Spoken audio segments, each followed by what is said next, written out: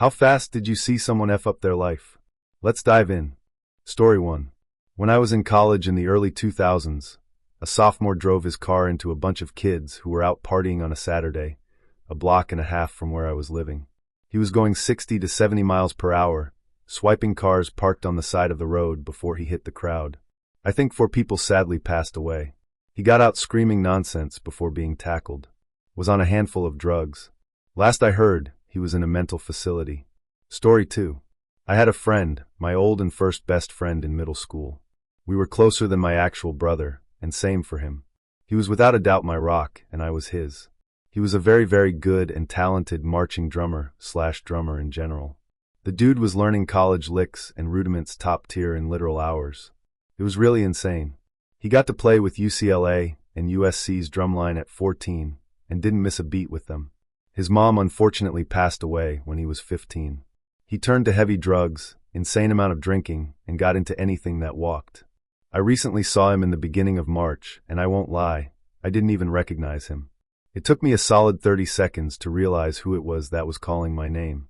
Extremely skinny, bags under eyes, greasy hair, and dirty teeth. I felt terrible I couldn't do anything. But what could I do? He ran away from home, dropped out of school, wasn't on any social media, had no contact with family, and honestly, had no family at all besides his dad, aunt, 2 extremely distant cousins, and a brother in the Marines.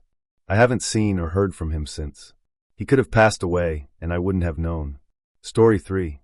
High school acquaintances were partying underage, and some other kids with drama were buzzing the party in some stupid loud car.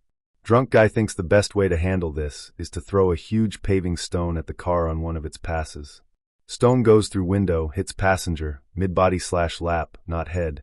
Driver panics and refuses to take passenger to hospital. Apparently everybody was under the influence. She bled out of internal injuries in the hours that followed. Guy who threw the stone is still in prison for manslaughter. To update here. No charges against the driver, sorry. Yes, still in jail, very reticent from all reports. Was trying to mess up car, not people. Doesn't excuse it, just a detail about intent. Also, I should have maybe rephrased how I know of these people. We were high school age when we met briefly. Not I knew them through my own high school. Story 4. I had a friend years back, always kind of an odd guy, but he had a good heart. Anyway, one day, I was hanging out with him and a few other friends, and he told us he was going to get a tattoo tomorrow, and had this super cool idea, but he wouldn't tell us what it was because he wanted it to be a surprise. We saw him about a week later. He had tattooed 3/4 S of his face green. Like no design or anything, just solid dark forest green.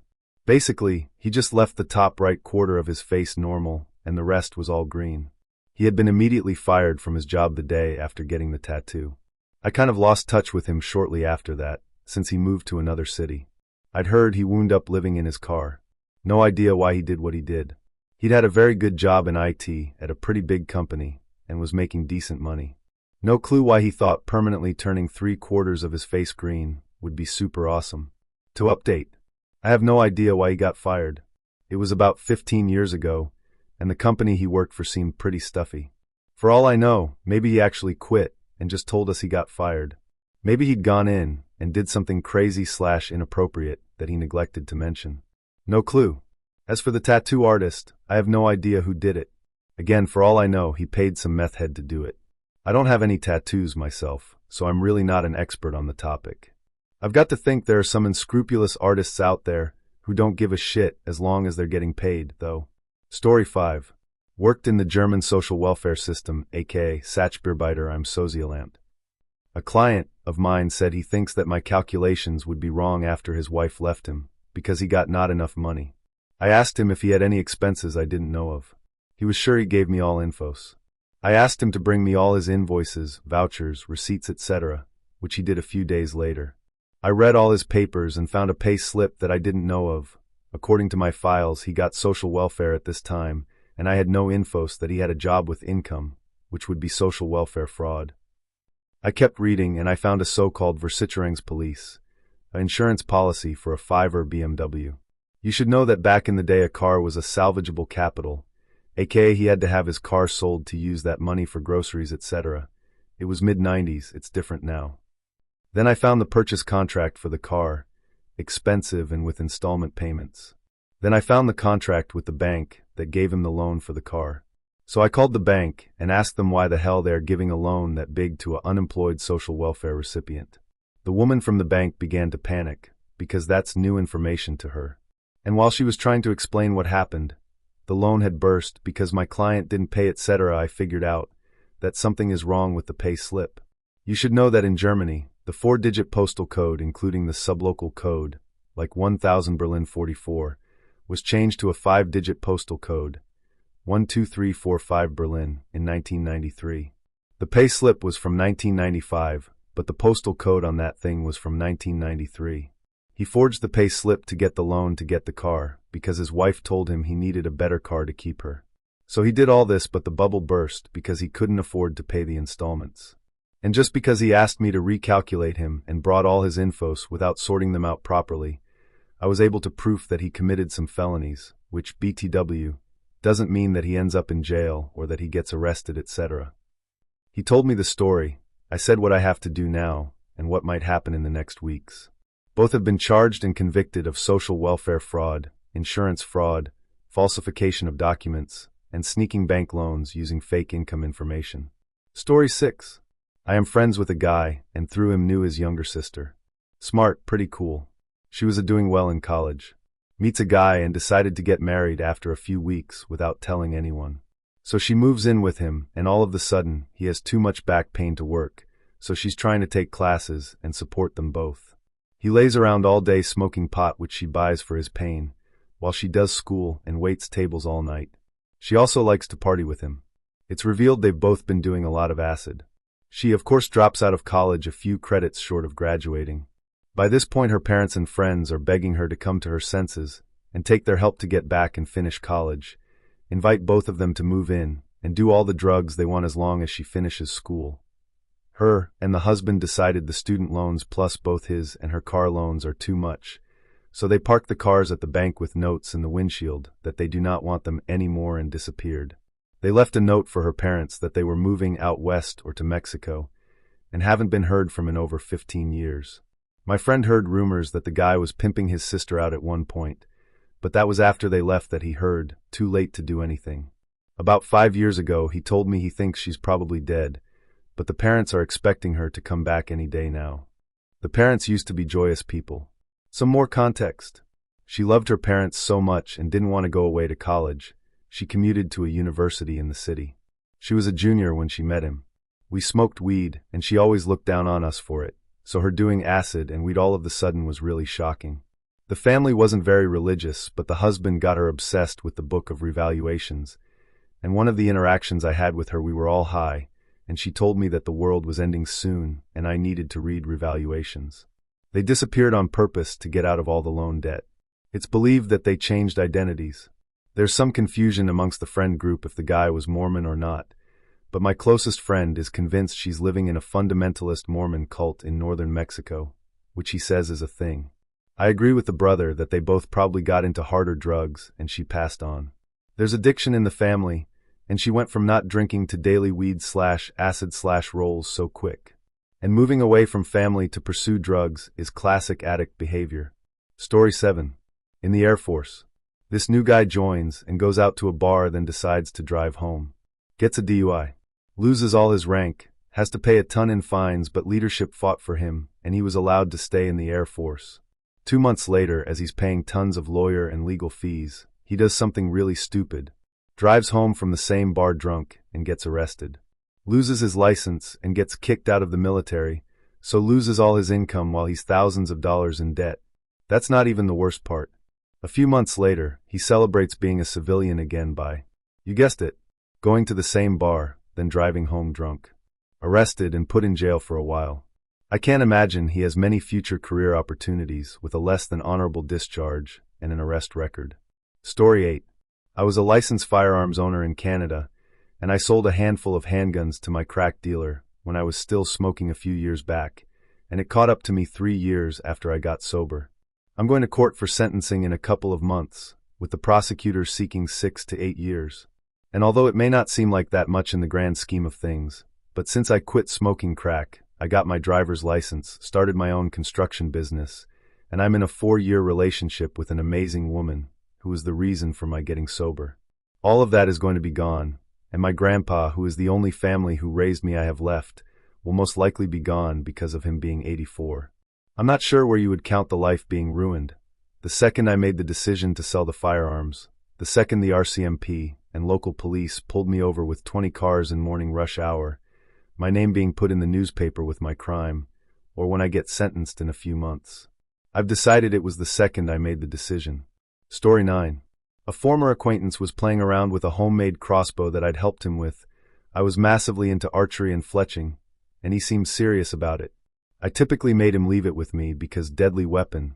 I have an explanation, he kinda didn't. Anyway, to convince his parents to let him join an archery club, he wanted to show off the crossbow we made.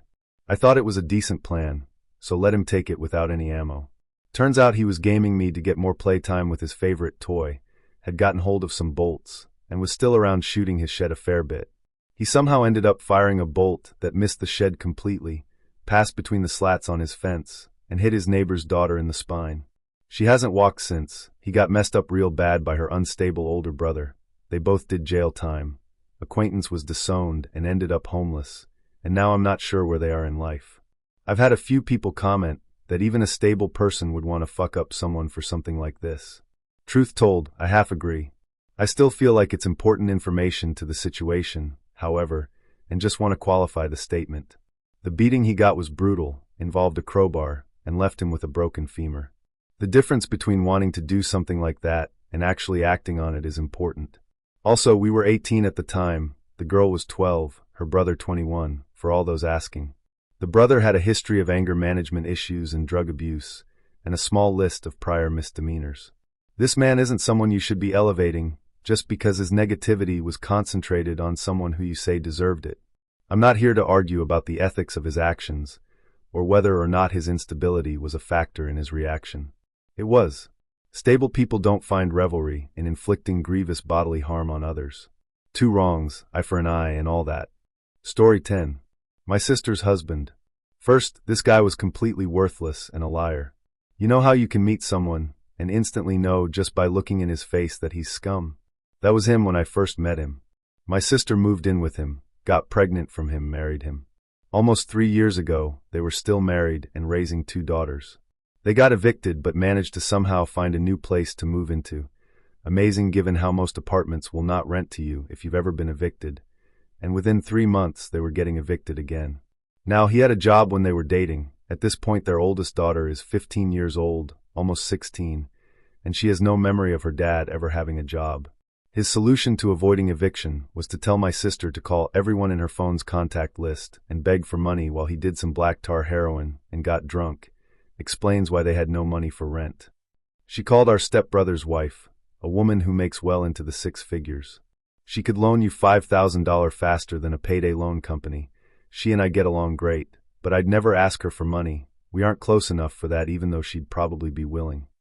She was willing to give them the money, no strings, no need to pay it back. Our stepmom told her not to do it. They are in this mess because of their bad choices, and to let them figure out the solution on their own. Then stepmom called me and told me about my sister begging for money, and not to loan 1 red cent. I bailed my sister out of jail the year before, and she didn't believe that she should pay me back the bail money. I learned not to give my sister any money. 2 hours later, I was visiting the ER to see my sister. When the family refused to bail my sister and her family out of their situation, my sister's husband snapped. He beat my sister, choked her until she passed out.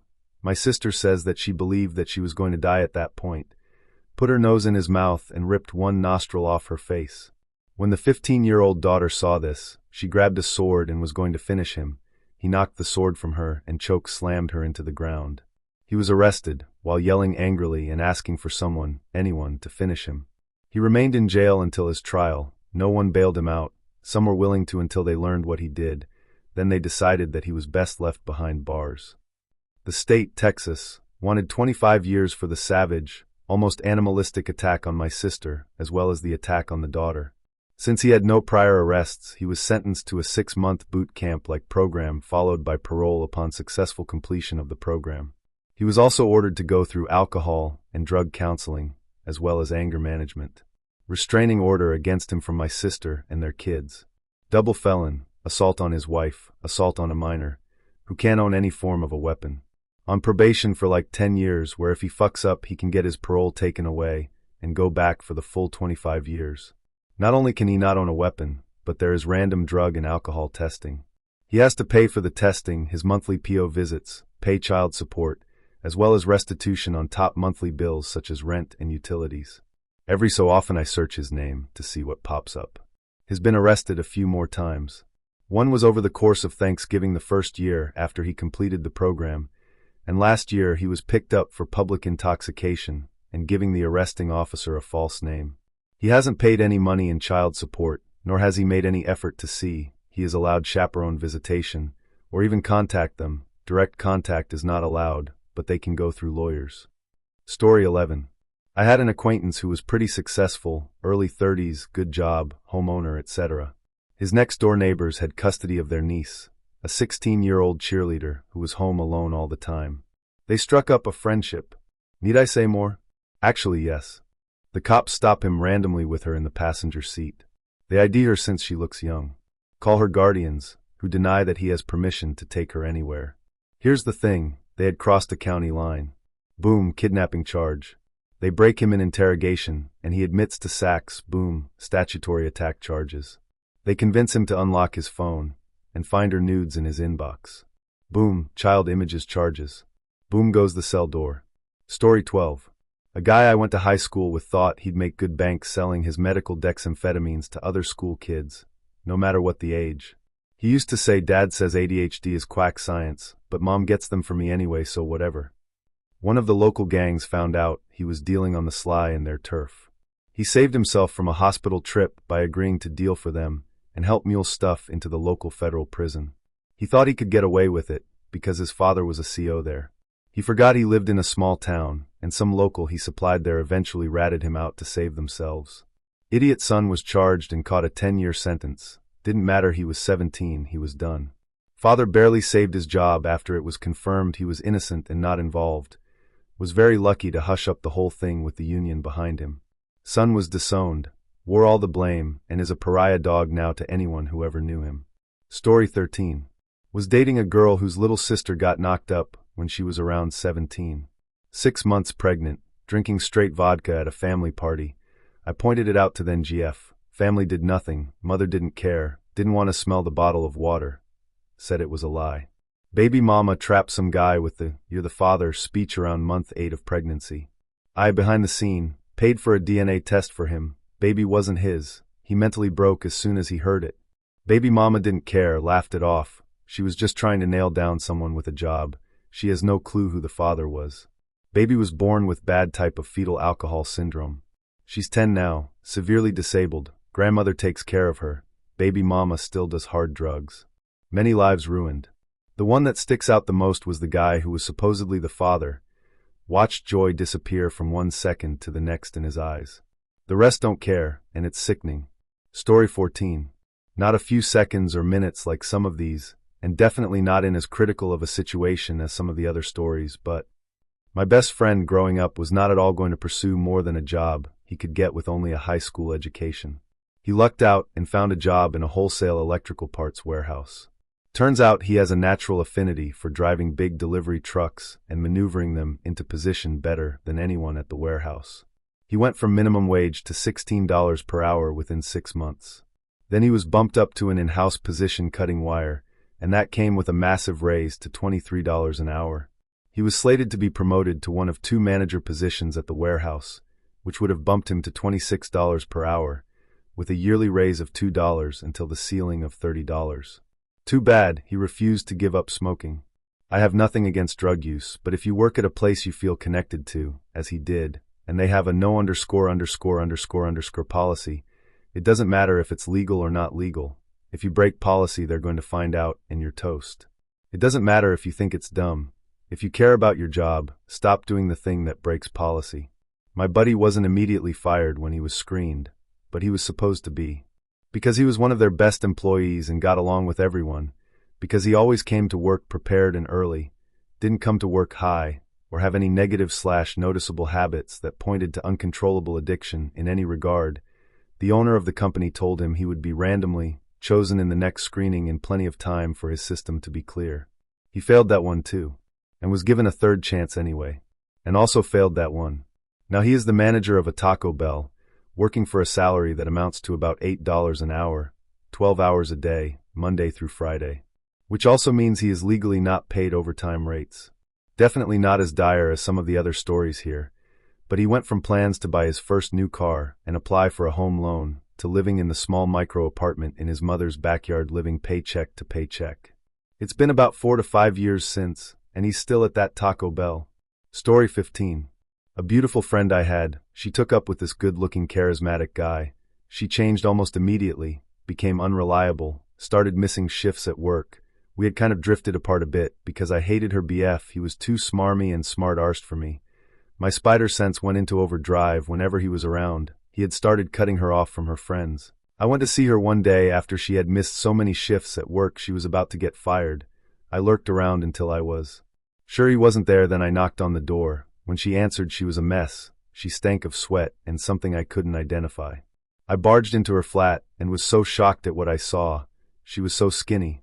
Her once lovely place was a filthy shambles, trash everywhere, dirty clothes all over. I yelled at her, "WTF is going on? You're about to lose your job. You look like crap." She started crying. Her BF had introduced her to heroin almost immediately after they met, and her life had spiraled out of control. She was addicted, and he was pushing her to prostitution because he couldn't afford to pay for her habit anymore. She wasn't eating properly, her diet was shit, and she was risking her life because she was type 1 diabetic. I threw some clothes in a bag and dragged her out to my car. I took her straight to hospital. She was in for 3 weeks, detoxing while having her diabetes monitored so she didn't get too sick. I brought her home to my place. She'd been evicted from hers for non-payment of rent. I was so naive. She promised to never see him again. I really thought that everything would be okay. 2 days later I got home from work and found her dead on the bathroom floor. She died of an overdose. The needle was still in her arm. It was such a waste, my beautiful, vibrant, kind friend dead in less than 6 months after becoming a drug addict. Story 16. I've ruined my own life pretty well before when I was 18. Basically, my parents had recently divorced, and my father had moved away. I quickly moved out of my mother's as soon as I had a job that could cover rent, and I had enough for a bond. Being Mr. Popular, I started having massive parties in my flat, got pretty sucked into the life, and thought it would be badass to unofficially make my slogan "F it cool, right?" To cut the story short, I started just not paying my rent and bills, spending money on nice clothes, drugs, alcohol. The whole time I was neglecting my family life, stopped talking to mom and dad. Managed to work up quite a debt, and owing local drug dealers quite a bit of money. Eventually my boss got sick of me turning up for work late and high. It did get pretty ridiculous considering having some coke was something I did after brushing my teeth before leaving for work to help counter me having not slept the night before. And one day I popped out to pick up some weed and returned to find the locks changed on my flat door. All of my belongings were in there. All my clothes, a 2,000 pounds gaming rig, a lot of stuff with emotional value as well as actual value, my phone. The entire situation was fucked because I literally didn't know what to do. I had no job, no phone, nowhere to live, and only the clothes on my back. I walked to my mother's house to find she wasn't there, and basically just broke in through a slightly open window and lay on the carpet crying. Turned out she had gone on a 6-month holiday to the US. Anyway, so I lived off just eating my mother's food and had a few changes of clothes in the attic. Eventually worked up the courage to see if I could break into the flat and try get some of my stuff. Managed to climb up the drain pipe and found the entire flat empty apart from my large, low-to-the-ground bed. And to my luck, my phone was still under my pillow.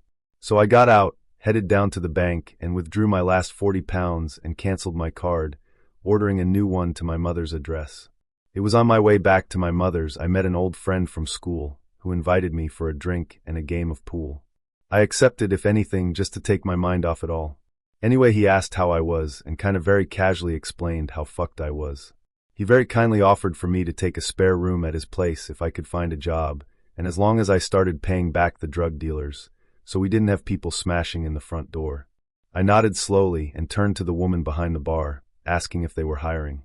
And after a brief conversation, the woman took me into the back room and had me sign a contract. Today I have my own house, a mortgage, a good job, a girlfriend of 5 years, and a 1-year-old child. All my debts paid, and haven't touched drags for about 7 years and drink very rarely, and have started reconnecting with my family. No matter how deep a hole you dig for yourself, you can always fix it. Story 17. Big brother had great grades. Top 2 percentile in SAT, would normally give you access to become a doctor like our mom. Very, very shy and kind guy. But in high school, his teacher for an obligatory course told him to hand in an assignment before the end of the semester. He skipped it because he had done very well on the tests, so he thought he was fine, even though the teacher warned him. He got an F in only that course that was obligatory, which meant he couldn't attend college. He spiraled into depression from loneliness when he lost his friends that all started college. Remember, extremely shy guy. He has been unemployed basically his whole life after that, 40 years old now. He doesn't do drugs, doesn't game. Just spends time on books, Reddit, and being miserable and ashamed. Our parents tried both the carrot and the stick. The depression from loneliness changed him from a normal introvert into an extreme introvert that can at most talk 20 minutes. Sitting with him is fine though. What should have been a small bump in the road cost him everything. If he had done 2 hours of homework, I'm 100% sure he would just followed his friends and would have become a programmer. I know it sounds like he is a lazy prick, but the shame and depression that he has is something I've never seen in anyone. We pretty much had the same personality and his IQ was higher, but I went to an elite college that I could only motivate myself to finish because of friends that suffered with me, by my side. Just dumb luck on my part and ill luck on his. In summary, never underestimate friendship and the effect of loneliness, and even the smallest of bumps can be catastrophic if you don't take depression and massive amounts of shame seriously. Story 18. There was this girl I went to high school with. She was a freshman while I was a junior. She and her boyfriend broke up one day, and he took it well, and moved on. Not started dating someone else, moved on, but accepted that they were broken up and no longer together. Now obviously this was the wrong thing to do. In retaliation to her boyfriend being mature about their breakup, she posted a video of her having sex with him on her social media, and sent it to everyone in the school, including the principal and superintendent. Her boyfriend had no idea that she had a video of them, and he was just as surprised as everyone else. Anyway, after all that, she went on an all men are pigs crusade and started to talk crap about everyone who had AD in the school. I had maybe said 3 words to her the entire time she was at the school, and she spread rumors. I had no friends at the time, so I had absolutely no way of defending myself, so I just had to suffer through it because people believed her. This is also the same school that voted me most likely to be a school shooter until some kid actually threatened to do it. Needless to say, she's pretty screwed for the rest of her life. She's hot, so even though she has a well-documented history of crazy, she still gets her daily 3-course meal of D whenever she wants. Job-wise, no one will hire her. She had no reason to do what she did. The only one she hurt was herself because everyone supported her boyfriend after that. I saw her again one day when one of my friends brought her to a smoke sesh I was having. She showed up acting like she never did anything to the guys there, expecting to smoke my weed in my own house. We booted that friend pretty quickly after that, and last I heard he got exactly what was coming to him after she pulled some crap on him. Story 19. Not so fast, but shit went down really quick at one point. This story is a bit long. Had a friend since elementary school. He was the class clown. He was also not very smart, but he was great with people and super funny. I remember he came from a home with an absent dad, a neglectful mother, an older sister, and a younger half-brother out of wedlock. His mother would usually arrive late from work and go on dates with several guys. He was alone with this younger brother most of the day. In junior high, his sister got pregnant from a guy who dumped her, so she got back together with a pothead ex-boyfriend who swore he would take care of the baby. My friend was extremely sad and things in his house seemed to be spiraling out of control. His mother and sister were fighting, and she kicked her daughter out of the house. My friend was sadder than ever. He would start crying if someone asked about how his sister was doing. He also started drinking at age 14. We graduate from junior high, and I lost contact with him. Next thing I know from mutual friends, he got into drags really quickly and was constantly failing and getting expelled from at least 3 schools due to his low grades. He never made it past second semester. Now this is where things start getting messed up real quick. He drops out and gets into really hard drugs. His mom and his girlfriend convince him to go into rehab. Mind you, rehab in some centers in Mexico can be very, very tough and borderline torture. He goes to rehab, but the damage to his brain is done. He loses track of a conversation as he is having it and forgets things said a minute earlier. He seems absent-minded most of the time and reacts/talked slowly. Out of rehab, he gets his girlfriend pregnant and his mother kicks him out of his house. He has no studies, permanent drug damage, and no house. He lives with his girlfriend's family for a bit. The baby is born. Since he can get no job because he didn't finish high school, he starts working as an Uber and earning few money. He relapses and starts doing mild drags. His younger brother finds him doing drags and tells his girlfriend. His girlfriend gives him an ultimatum. Either he quits drags or he loses custody of their child. He promises to sober up, but fails, and last I knew, his now ex-girlfriend was about to take him to court to take his custody. In a span of less than 3 years, my friend threw his life away. Childhood friend becomes a meth head, has a baby, relapses and loses custody of his daughter, all from ages 17 to 20. Story 20. My best friend. Late best friend. He was always troubled. He was half blind, middle school dropout, tons of mental health issues. Substance abuse. But his soul was absolutely beautiful. 10 out of 10 amazing person. He met and fell in love with a woman who made him better in every way. She got him his first pair of glasses. His good eye overcompensated, and he had supervision in it. His bad eye began to work. She helped him get his GED. He enrolled in college. She helped him cut back on his drinking and almost all of the substance abuse. He met and connected with a therapist and unpacked his childhood. She took him to get his learner's permit, and he was actually turning out to be a good driver despite his eye. He was so happy. Then one night, they had separate plans. He decided to go on a bender and hung himself. He rose above all the BS life handed him up until that moment. He called so many people and yet didn't call anyone who would stop him. No note, no outward signs. It's been 8 years next month. He would have been someone more amazing than he already was. But one night of drinking did him in.